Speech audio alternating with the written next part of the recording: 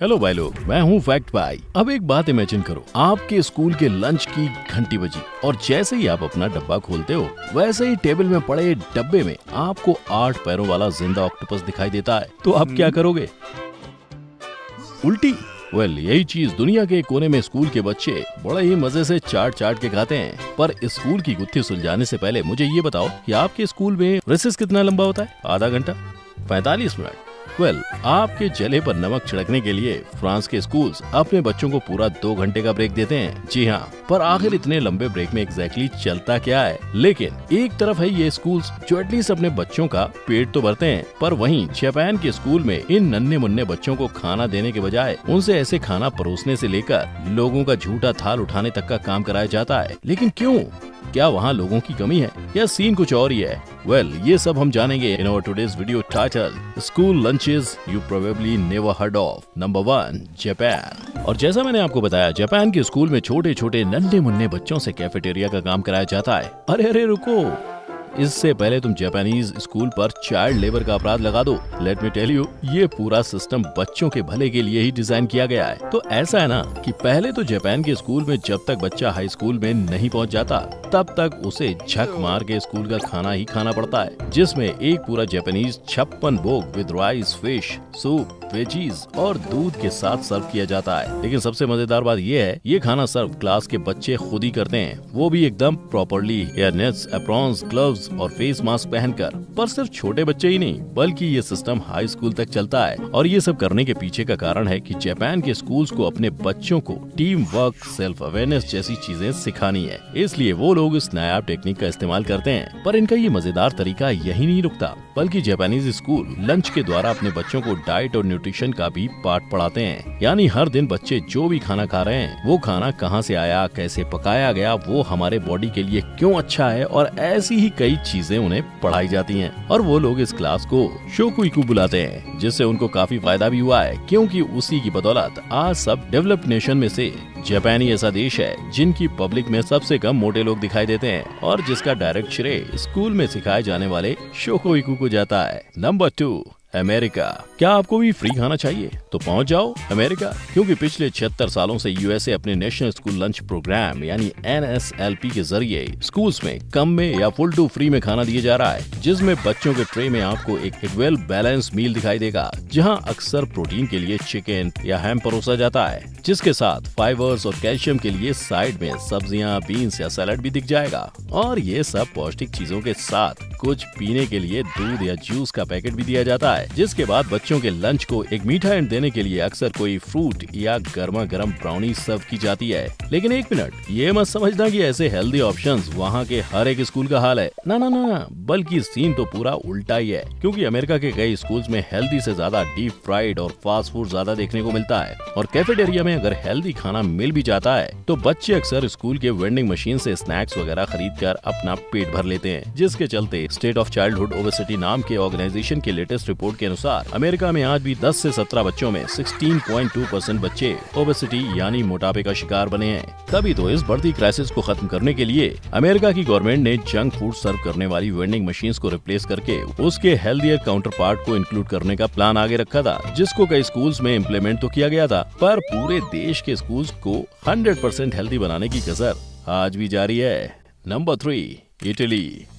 वैसे तो इटली अपने फेमस पिज्जा के लिए जाना जाता है, लेकिन शॉकिंगली इटालियन स्कूल्स के कैंटीन में आपको पिज्जा का क्रस्ट भी नजर नहीं आएगा। और ऐसा इसलिए क्योंकि गवर्नमेंट रूल के मुताबिक इटालियन स्कूल्स में कुछ भी फ्राइड सर्व करना फुल ऑन मना है, यानी know French fries, pizza, burger, chips, chicken nuggets, कुछ भी नहीं। तो ये लोग खाते क्या हैं?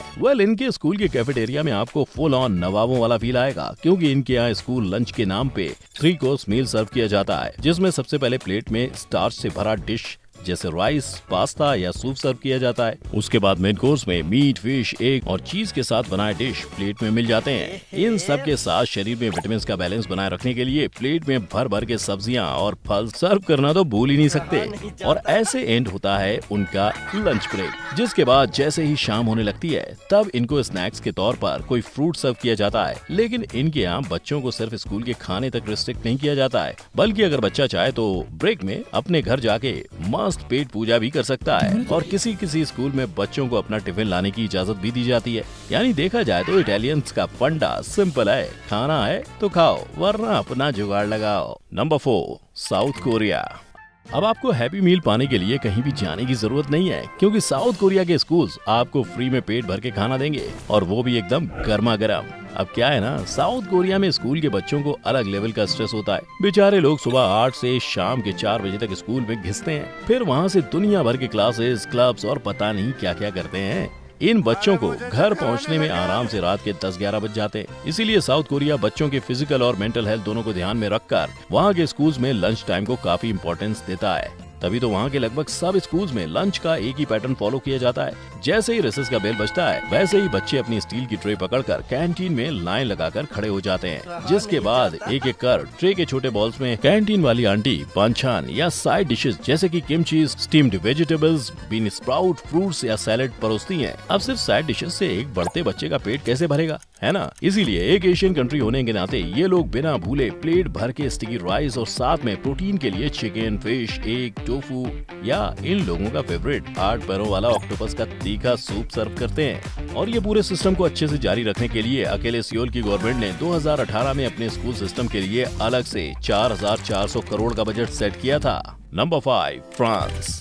हमारे यहाँ तो स्कूल में रिसेस मुश्किल से आधा घंटे का होता है, लेकिन फ्रांस के स्कूल बड़े दिलदार हैं। तभी तो ये लोग अपने बच्चों को पूरे 2 घंटे का ब्रेक देते हैं। और दें भी क्यों ना, क्योंकि खाने पीने के मामले में जो देश दुनिया का गैस्ट्रोनॉमिक कैपिटल माना जाता है, उसके स्कूल ब्रेक्स भी तो उस लेवल पर होंगे ना। तभी तो वहाँ के स्कूल्स में बच्चों को किसी रेस्टोरेंट की तरह फर्स्ट कोर्स, फिर मेन कोर्स और लास्ट में डिजर्ट सर्व किया जाता है, जिसमें सबसे पहले फर्स्ट कोर्स में बच्चों के प्लेट में आपको लेंटिल्स या सब्जियों से बना सैलेड दिखेगा, जो भरपूर सब्जियों और मीट से भरे मेन कोर्स के साथ फॉलो किया जाएगा। पर हफ्ते में एक बार इन्हीं मीट वेजिटेरियन ऑप्शन में चेंज हो जाता है। अब क्योंकि फ्रेंच पब्लिक ब्रेड और चीज के बिना सांस भी नहीं ले सकती, इसलिए मेन कोर्स में फ्रेश ब्रेड और चीज भी ऐड किया जाता है। और ये मस्त वाले भरपेट भोजन को एंड करने के लिए डेजर्ट में अक्सर फ्रूट्स या कोई फ्रेंच डेजर्ट दिया जाता है। लेकिन फ्रेंच गवर्नमेंट सिर्फ रेस्टोरेंट वाले फील पर ही नहीं रुकती, बल्कि उन्होंने अपने बच्चों के हेल्थ पर भी फोकस किया है। तभी तो फ्रेंच गवर्नमेंट ने स्कूल्स में 50% खाना ऑर्गेनिक सोर्सेज से सर्व करने का कंपल्शन कर दिया है,